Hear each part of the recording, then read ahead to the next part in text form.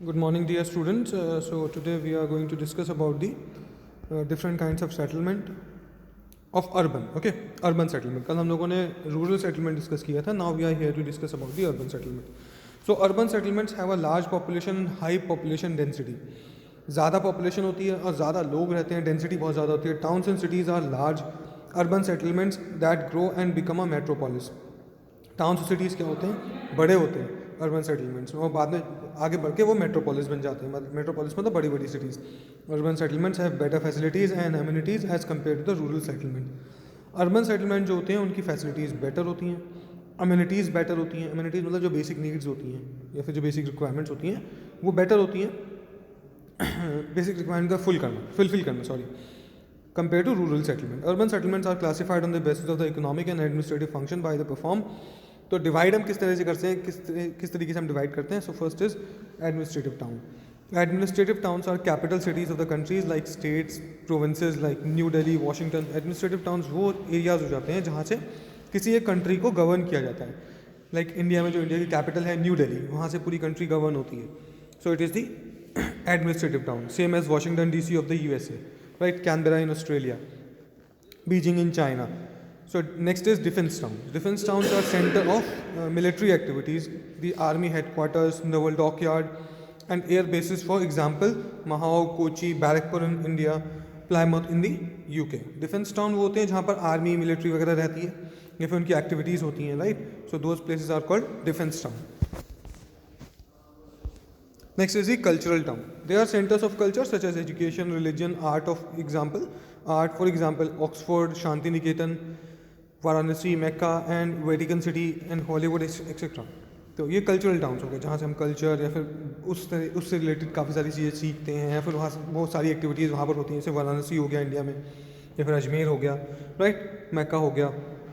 Next is industrial town. The major function of industrial towns is to produce and manufacture goods. Some important industrial towns are Jamshedpur, Ahmedabad in India. Industrial town वो होते हैं जहाँ पर industries का function अच्छे से होता है. लाइक इंडिया में अहमदाबाद हो गया, जमशेदपुर हो गया. These are the places. Next is market town. They are collection and distribution center of various goods. For example, Bardhaman in West Bengal and Northwich in UK. Market town वो areas होगा जहाँ पर market अच्छे से flourish करती है, like Bardhaman in West Bengal and Norwich in England. Next is the resort town. They cater to the recreational needs of the people. For example, Kovalam in Kerala. Resort town वो areas होगा जहाँ पर लोग recreation activities ले जाते हैं, like entertainment के purpose से जाते हैं या फिर जब थक हार जाते हैं बिजी लाइफ से तो थोड़ा सा रिलैक्स करने के लिए जाते हैं. लाइक शिमला हो गया या फिर नैनीताल हो गया. These are the places of resort town. There are many towns that perform a variety of functions. काफ़ी सारे टाउन ऐसे हैं जहाँ पर एक से ज़्यादा फंक्शन होते हैं, like London, Mumbai, Kolkata. They are referred as a diversified town. तो उनको हम डाइवर्सिफाइड बोलते हैं, ठीक है. Rural and urban settlements are interdependent on each other. ये दोनों सेटलमेंट्स जो हैं एक दूसरे पर इंटरडिपेंडेंट हैं. The villages provide food grains. Villages से फूड ग्रेन्स मिलता है, फ्रूट्स मिलते हैं, वेजिटेबल्स मिलती हैं to the urban dwellers. Villages also provide daily labours. Village की वजह से डेली लेबर्स मिलती हैं, राइट, सिटीज़ को.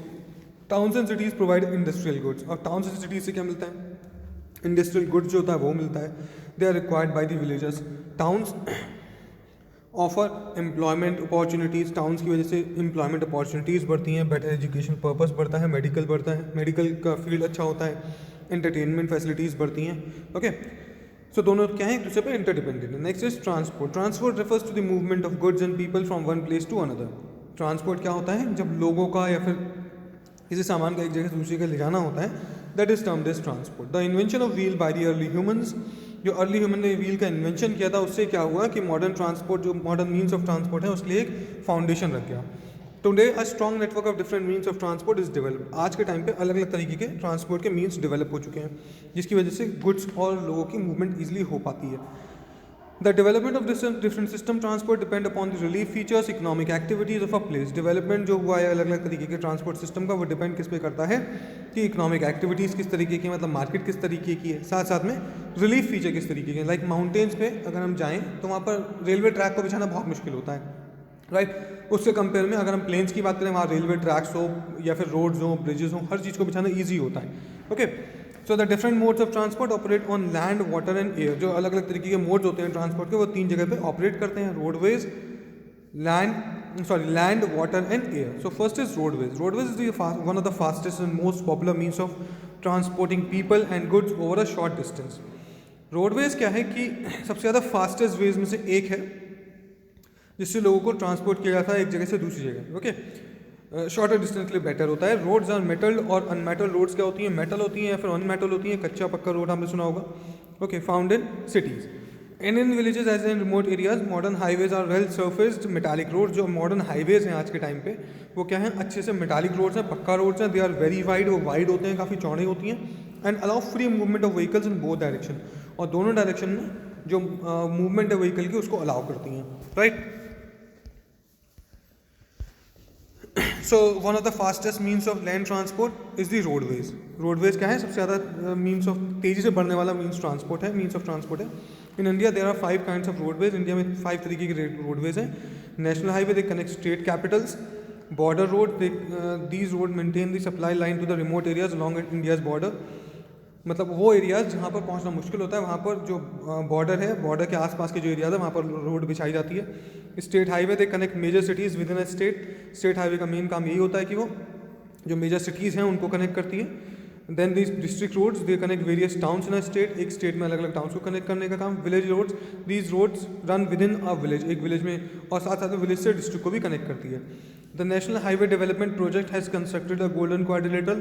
जो नेशनल हाईवे डेवलपमेंट प्रोजेक्ट है उसके थ्रू गोल्डन क्वाड्रिलेटरल को कंस्ट्रक्ट किया जाता है. ऑलमोस्ट कंस्ट्रक्ट हो ही चुका है. विच कनेक्ट्स 4 मेट्रोपॉलिटन सिटीज़, जिसकी वजह से 4 मेट्रोपॉलिटन सिटीज़ को जोड़ा गया है. Delhi, Mumbai, Chennai and Kolkata. It also connects some major industrial cities. साथ साथ में इसकी वजह से काफ़ी कुछ मेजर इंडस्ट्रियल सिटीज़ को भी कनेक्ट किया गया है. So densest and the best of the roads in the world, the road network is an indicator of a country's development.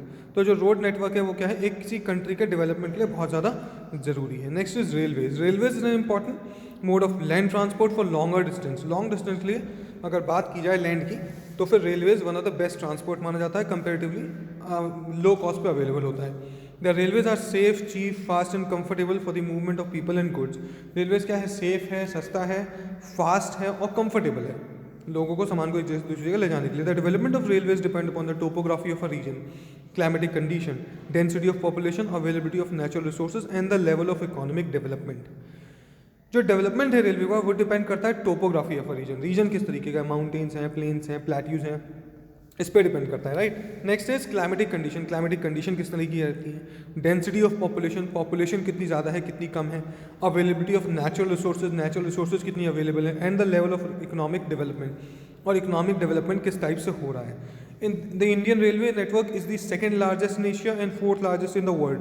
जो इंडियन रेलवे नेटवर्क है वो एशिया का सेकेंड लार्जेस्ट है और वर्ल्ड का 4th लार्जेस्ट नेटवर्क है. The network of railways is very dense. जो railways का नेटवर्क है वो बहुत ज़्यादा डेंस है.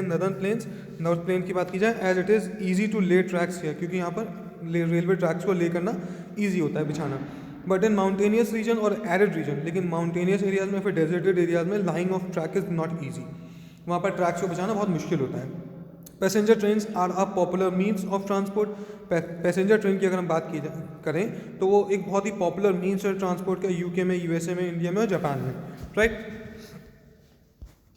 So the next is, okay children, let's complete this one. Now transcontinental rail link, one of the part of the continent to another.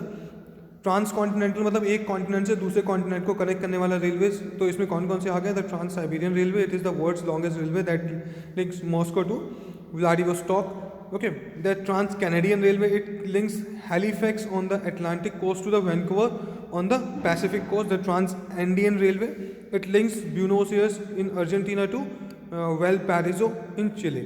And Trans-Australian Railway, it links Sydney and Perth. Right. Thank you, children.